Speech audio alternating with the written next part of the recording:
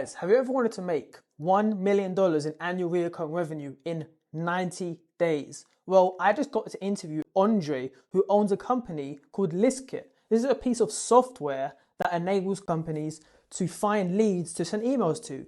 Andre and his co-founders scaled this business to $1 million in 90 days. I had the pleasure of speaking to Andre for about half an hour, and the following video, what you're going to watch, is us talking about customer success, us talking about product, him and his co-founders, his origin story, and some amazing gems that you can use to scale your business today. I hope you enjoy watching the video. Really enjoy it. I'm really excited to publish this one. So you've now owned a very profitable, very successful and impactful coaching program, but now you're going into the SaaS space. Now, the two aren't actually that similar, I don't think, from business model perspectives. As an owner, what are some of the what are the lessons you've learned so far? What did just give me your experience? I want to ask an open question. What is your experience switching to another business model? Yeah, I think the plan has always been really clear, and we've executed it really carefully. Whereas like Client Ascension is what provides us the cash flow to live, right?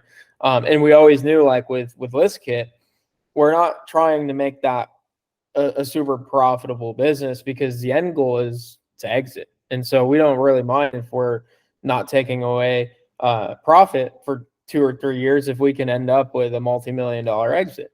And during those 2 to 3 years, we have profit and cash flow coming in from somewhere like Client Ascension. So the way the businesses are structured and the goals for the businesses is completely different. You're right. And yeah, the biggest thing with building a SaaS is like product is king, like you have on your hat, right? And same thing with a coaching program. But I think the product in a coaching program is mostly yourself, whereas the product in a software, unfortunately, it's mostly like almost entirely out of your control. So like I always was able to go into Client Ascension when someone had an issue and fix it right away by either giving them an answer or direction or a link to a training that would give them the answer they needed, right? When people have an issue with ListKit, it's a software related issue that, as much as I want to just go right in there and fix it for them, I can't, because I'm not a developer. And then there's a process to follow with submitting requests to our developer team, and then a timeline that needs to be agreed upon. So it's much more complex. And so managing expectations has been a huge learning with ListKit, and being transparent has been, something that we've really put an emphasis on since day one. That's why we have the school community for ListKit, which is growing. We're almost at 1,500 members in there, which is awesome. And we're always providing updates on the product. And you've probably seen that as a customer as well. Like a lot of the features that you've probably requested are either already in the app now or being built. And we even doubled down on that by doing live calls with the community to just hear people out and give them feedback. Because we know with ListKit, especially, if you're more informed about cold email and you can run a successful campaign, you're just going to continue using ListKit.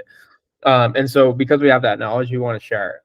It's interesting how did you, I don't say relinquish control of the user, experience, because it's not that, but it's like your user experience, I guess, is in the developer's hands. And when there are issues mentally, how did you tell yourself it's okay? Like, is it just trusting in the team? Like, how did you handle that? Because you could just snap your fingers and fix Client Ascension issues. Like, how did you go over that hump? Man, it's tough. It still is tough, but especially in the beginning, because it was so new, right? Like, you'd have these people complaining, and I'm always someone that I really want to help people. Like, I'm in a way a people pleaser. Like, I'm always just doing what other people want to do, making them happy, right? And that sometimes is not the best thing to do. But that's a whole nother story.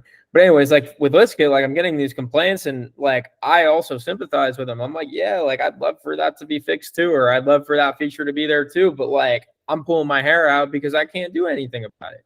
I can do, certain things, but again, it's not like that instant fix like I could do over at Client Ascension. So it was very hard at first.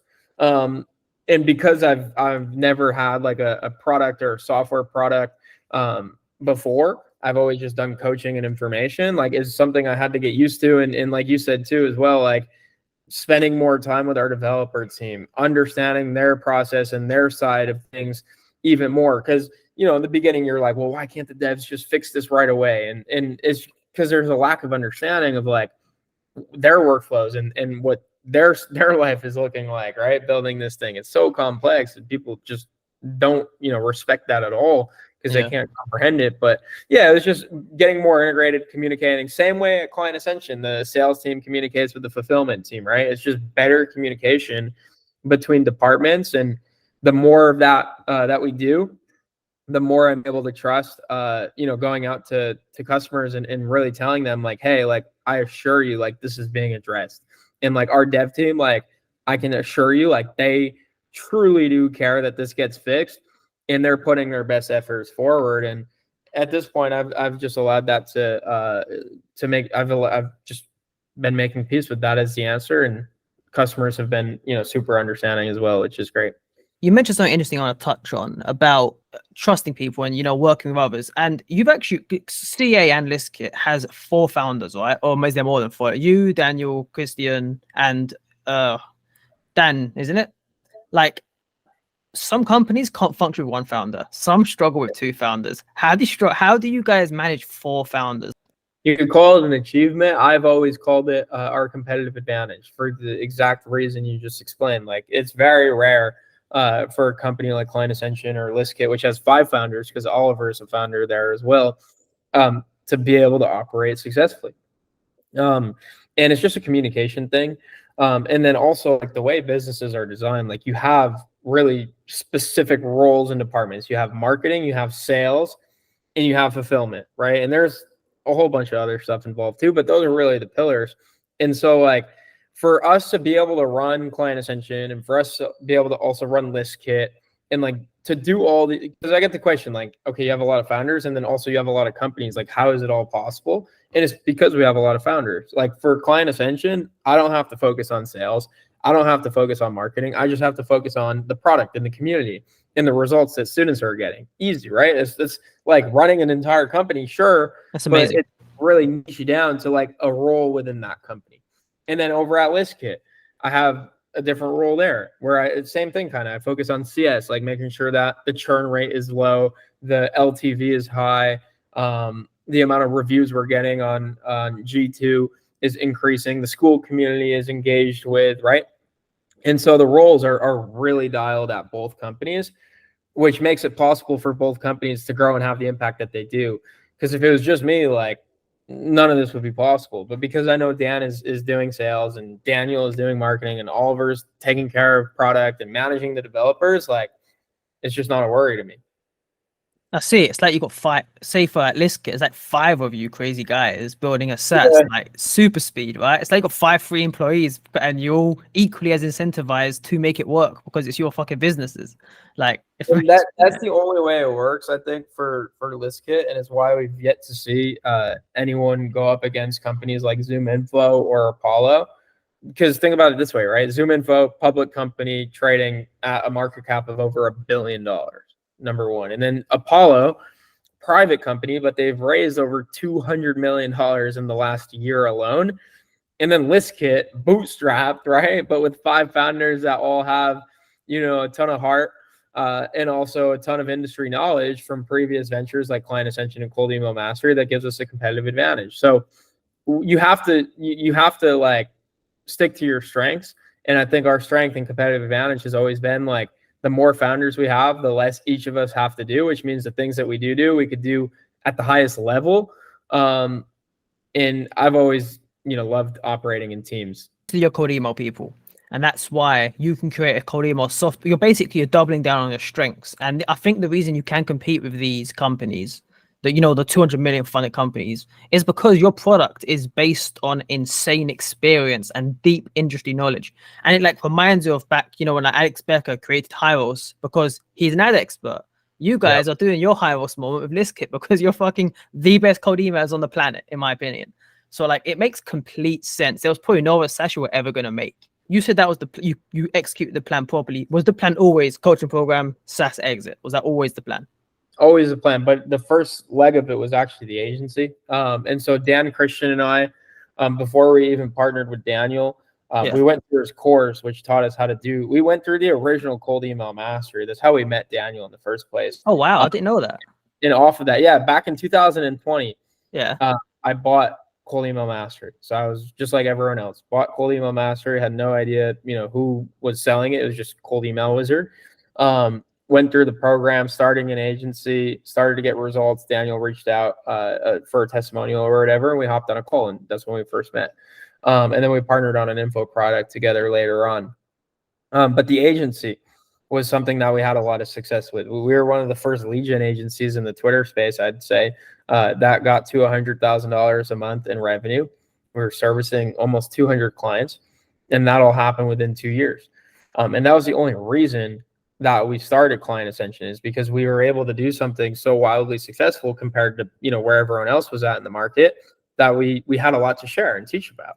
And that was the entire premise of Client Ascension, is we were just going to help people start their own lead gen agency. And obviously now it's spiraled into like anyone with an agency, or just anyone in general that wants to grow with cold email. But that was the progression: agency, coaching program. And then we knew SaaS was going to be a play. We thought it'd be earlier. But it just so happened that it took the longest out of any of the things, but we're happy, where we're at now. What I remember seeing Listkit emails ages ago, and Listkit never used to be its current form, right? It used to be something else, or am I mistaken? It used to be a productized service. So when we were doing the agency, the biggest bottleneck I experienced. So here's the story, right? So we had the agency. While we were building the agency, I read a book called Build to Sell. And in that book, it talked about how this guy who had an agency wanted to exit his business, but no one wanted to buy it because it wasn't really a business. It was just glorified freelancing. And so the book talked about how he met this guy that sold a bunch of businesses, and he basically worked with him to make his business sellable. And the way he did it is by figuring out one core problem that his agency was solving consistently and get really productized with it. So this guy went from having a marketing agency to just creating logos, nothing else. And he basically built out a business of creating logos up until the point of an exit. It was super productized. And so I looked at our agency at the time and said, okay, we're doing cold email lead gen A to Z. It's going okay. Like we're bringing in cash flow. It's just, an operational nightmare because there's so many logistics. What part of the process really annoys me that I could, offer a solution to the market, because it probably annoys everyone else too. And that was list building. Because back in the day, you had to pick 25 leads from Apollo every page, put the full list together, run it through personalized lines generator, run it through Million Verifier. And it was just spreadsheet after spreadsheet after spreadsheet. It took hours, and it just was a bottleneck to our campaigns. And so I was like, let's just sell lists to other lead gen agency owners, because I know they do not want to be building their own leads list. And then eventually, if it goes well and we prove this out, I don't know how we could do this, but we could build something like Apollo, right? And that was just the idea. And so that was back in July 2021. So like, again, 2.5 years ago, before we started Client Ascension. We started Listkit, and Listkit was just, you go to the website, you say how many leads you want, you tell us your ICP, and then we go out and our team builds your leads list the same way we would build our leads list just for our clients at our agency at the time. And right away, first month, I hit 10K a month. And then we didn't put a ton of focus and energy behind it. So it didn't really grow, but it stayed consistent, 10K a month, 10K a month. And pretty soon into it, we figured, hey, like, this is validated already. People, want a better solution to list building. And so let's start to build out a software version of it. And that software version took 2.5 years. But the reason it was able to have such a fast start, the software had such a fast start, is because we had 2.5 years worth of customer data to rely on and know exactly what people wanted in a tool like Listkit. That's crazy that technically Listkit was first. That's absolutely crazy. Wow. What would you say the biggest moments what were the biggest moments that shaped your life so far, do you think? Biggest moments that shaped my life. That's a great question. I think first one was meeting Christian back in college. And so I was always like the kid in high school that was entrepreneurial. And I was like, oh, screw college. Like all my friends, when they were, doing like applications to the different colleges and universities they wanted to get into, I was like, I didn't even want to go to college at that point. The reason was because I grew up in a family of entrepreneurs. So my dad was an entrepreneur and my grandpa was an entrepreneur. The two, men in my life that I looked up to the most growing up. And so I wanted to be an entrepreneur. And I knew that entrepreneurs didn't really need to go to school.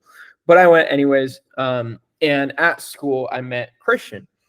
And Christian was from a different area, but we met. We both shared, similar interests around not just business really, because Christian wasn't super into business at the time. He was doing like accounting, but like sports and just like wanting freedom and like kind of going on a separate path.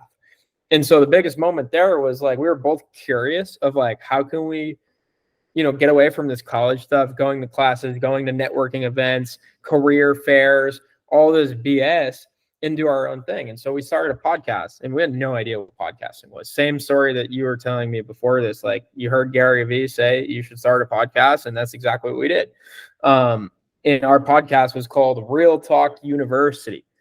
And the reason we named it that is because we're like pissed at our university for not, telling us the real stuff. Like, hey, like there's more opportunity outside of the classroom. That was the tagline, exploring success stories outside of the classroom. And so we'd go interview people online that were making it as an entrepreneur. And we did, it had to be 150 to 200 podcast interviews over the course of 2 years with entrepreneurs as big as John Lee Dumas. We did Neil Patel. We had so many big names on there. I mean, you could go through and look it up, Real Talk University. Some of the names I'll go through, and it's still like shocking that we had these guys on even. And we learned so much. And through that, we started our first social media marketing agency back in the day. And that just spiraled into everything else we're doing now. But meeting Christian and deciding like, hey, we're curious about this thing. We don't really know anything about it other than we should start a podcast and find out. The curiosity is I think for an entrepreneur, probably the biggest thing you should be leaning into. Because most of you just don't know what you don't know. And I think there's like an ego problem with a lot of people that think they know it all and have all the answers. But for me, I was like, hey, I grew up around probably the most successful entrepreneurs that most people will ever meet. But I didn't know, anything. And I could go to them and learn, but like I was curious to go outside and learn from others as well. Because I know there's not just one way to do things. And so we were curious. And like, I know your family are in business, right? If I your dad or so, your granddad or something like that, if I'm correct, do you think your life was always going to turn out into business, or do you think your life has turned out differently because of being Christian and starting a business, or was this always going to be probably your life? I think growing up, like I always wanted to have the next big idea. So like our family was centered around entrepreneurship, and it was always like the talk at dinner, like who's going to have the next big idea, or because my family's business was coupon books, like who's going to figure out how to sell the most coupon books, right? Like this was always the talk growing up. So I was always inclined towards entrepreneurship, but there were doubts all the way up until when I met Christian that I might, not be a fit for this. And I should maybe go into pharmacy school is something I strongly considered, or be a lawyer. These are all careers like I really considered for some time. But when I met Christian and we started the podcast, the reason I say that was a life-changing moment is because that's when I turned and could never go back. Never. Because I was talking to these people and hearing their life experiences and realizing that this is a possibility. And this is so good that if I'm going to go through this life, this is the way I want it to be lived. And so how can I make this happen for myself? So that was podcasting. And we didn't make any money from the podcast. We stopped doing the podcast, right? But that was probably the most valuable thing I've ever done. Yeah, I didn't. My first podcast, I only done about 35 episodes. It was weird. I was into filmmakers because I used to be a filmmaker, like believe it or not. And I just don't talk about it on Twitter though. But I interviewed BAFTA people, proper really famous people, but I made no money for it or anything. But the networking was absolutely off the like. Even I look at the list of people I spoke to, and I was like, how did I get them on a podcast? Yeah, bro, it was cool. I mean, even from the podcast, one of our favorite stories, Christian and I, we're in college, and we reached out to someone that made like custom sneakers that we really wanted to interview, and his social media manager responded saying, hey, like, he's not interested, but I am. And we're like, oh, who's this guy? Like, social media manager, like, we're not really interested, but sure, like, whatever. We interviewed him. It was dope. We became like really good friends. And then like 3 months later, he hits us up. He's like, yo, I'm working at VaynerMedia. I know you guys are big like Gary Vee fans. Like, if you're ever in New York City, like, let me know. We could do something. So we ended up going to New York City, and we literally went to VaynerMedia and did an interview in Gary Vee's office, like his famous office that he still has in all of his YouTube videos with like the stuff in the background, with our friend Josh. And like, we could have easily turned him down again, like, oh, he's just a social media manager, but we were curious enough and we were open enough to see where this could go. And that was one of the coolest experiences ever, bro. So yeah, you go on YouTube and look up Real Talk University. I think Josh Ordonez. You can watch the whole interview. It's like literally us sitting in Gary Vee's office doing like an hour-long podcast with Josh. What would you say the biggest failure in your career has been yet, and how did it help you? Yeah, absolutely. So this was going to be my next answer to biggest life moments. So right out of college, or right towards when we were getting out of college, actually, this was like during COVID. It was like a year left of school before we graduated. We were really into this agency, and it was really just like a social media marketing agency. And this was like our first taste of running a real business, and we're, you know, making decent revenue every month, and we had a bunch of clients and doing a bunch of services. We had some team members, and we were really doing the thing. The reason I'm calling this a pivotal moment and a failure, but also something we learned from, and also I think the best thing that ever happened to me, was for a few reasons, which I'll get into. But essentially, we had a business partner that was also in there with us, and it just led to like a really dramatic split because of really key differences between what my vision for the company was, what Christian's vision, Dan's vision, and our other partner's vision was. In our other partner, there were also some really, you know, messed up things with like how the equity of the business was structured and stuff like that. Because we were new, like we had no understanding of like how do you structure things. And so like Dan and Christian were really left out, and there's a whole bunch of stuff that happened. But anyways, we had spent 2 years building up this agency. We were, you know, really happy with where it was at. But we got to this point where we had to make a decision, like, hey, like Dan, Christian, and I, we formed a really great bond. We worked really well together. And so we had to make a decision that, hey, like, we're going to leave completely all this stuff we've done for 2 years and start completely from scratch. And that was a tough decision. And it was a pivotal moment because like we could have stayed in where we were at and it would not have panned out. It eventually would have blown up the same way it did when it did. And we're happy it did when it did. And if only it could have been earlier, it would have been even better. But anyways, it is what it is. But that was like a failure because we just didn't understand like general business practices and partnerships. And that's why, like going back to your question earlier, why I think our partnerships work so much today is because we went through the other side of it. Like we've been in a bad partnership and we know what that's like, working with a business partner that's just not aligned and in a structure of a business that just doesn't make sense for everyone involved, that is eventually going to lead to disputes and really, you know, like a big event that causes people to leave and go their separate ways. So because that experience happened, it was super painful because we had to walk away from so much time, effort, and work. But because we knew like and had confidence in ourselves and in the learnings and the skill sets we acquired along the way, we said, hey, we could start this again from scratch. And that's exactly what we did. And we carried the lessons into what we did next. And that's again why you see like our double down superpower competitive advantage is partnerships, even though that was the biggest failure in our entrepreneurship career, was partnership that went wrong. There's a lot of people watching this because of who you are, especially maybe a lot of your students, I imagine. If they reach 100K a month and they've got a really successful agency, when should they know to pivot to something else? Because they always say your first business isn't going to be your last business. Now, you've done a few business models. How can you tell someone, okay, you built something cool now, maybe use it as cash flow for something else, or double down on what you're currently doing? How can someone maybe intuitively, or how can they make that decision as rationally as possible? That's a great question. I think for us, it's always been one ecosystem, and that's the only reason it's worked. Like if we did the lead gen agency and then we did a coaching program for like people that want to learn how to play the piano, it wouldn't work, right? And then if we did the agency and then client ascension, and then we did a software that was like, like accounting, like QuickBooks, but just for other businesses, like it wouldn't work.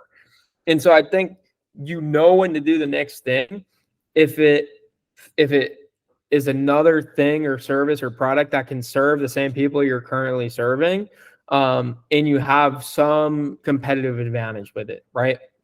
So like I'll give you an example of each of these things. So first off, KnowledgeX lead gen agency, that was something that like we just went from 0 to 100K, like you were saying. So how do we decide to go into client ascension next? Well, instead of just working with clients that want to do lead gen, why don't we just teach them the same lead gen strategy we're implementing for our clients? The reason that was a competitive advantage is because we had a partnership with Daniel, Cold Email Wizard, who had a huge personal brand that people know, like, and trust enough to pay us high ticket for our coaching, right? So easy decision, right? No hesitation whatsoever. ListKit, right? Same thing. We had this service that we're providing A to Z. It only made sense. It made so much sense to say, hey, one thing we do better than anyone else is we have this really systemized way of building our leads list, which is a huge bottleneck for everyone else that does cold email. And so let's just sell that to people that maybe aren't ready to pay us for a done for you lead gen service. So when ListKit was a productized service, we sold it, but we also would sell ListKit customers into our agency services and then into our coaching program. And so they all work together, which means, like, if we're going to put out a piece of content on Twitter about cold email, it could send people to ListKit, it could send people to Client Ascension, or it could send people to Knowledge X. It's just they choose their path at that point. And I think that's the only way it works, especially when your big focus is building a personal brand. Because, like, if you make a tweet about cold email and then your next tweet is about, like, learning how to play the piano, like I was saying, you're really splitting yourself. And now you have 50% focus here, 50% focus here. Our entire focus is cold emailing. It is like the same way Russell Brunson is like, you're one funnel away, where you're one cold email away. And that's it. So I don't think it's a revenue number. You should say, once I get here, then I'll do the next thing.